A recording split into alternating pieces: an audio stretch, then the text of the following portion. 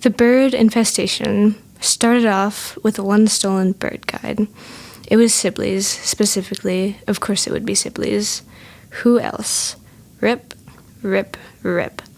No, there's no guilt for cutting each little bird out, away out of the book, taped to this wall, my wall, more wall, less wall than bird, beady eyes, more eyes than birds than wall.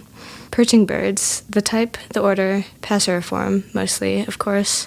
One bird, these birds, started my flock, this heart-beating swarm, pulsing around me in dizzying numbers. Sparrows, larks, chickadees, red-eyed vireos, eastern phoebes, boat-tailed grackles, and the like. Tiny slips of paper, tapping at the blue-painted drywall. They eat away at my walls, at the ceiling, every night. I know they do. Chew, chew, chew. The owl and whippoorwill types take the day watch. Through those tasty cracks of gaps slip more of them. Bird posters, bird books, bird souls, bird birds. I tried to stop them. I did, believe me, but I got swept up in the beating of their wingtips.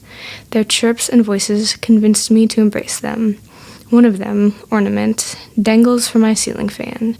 Golden wings, black feathers, spinning, around and around and around, watching me, waiting and waiting for me to join them. I won't. I couldn't. I am not a bird.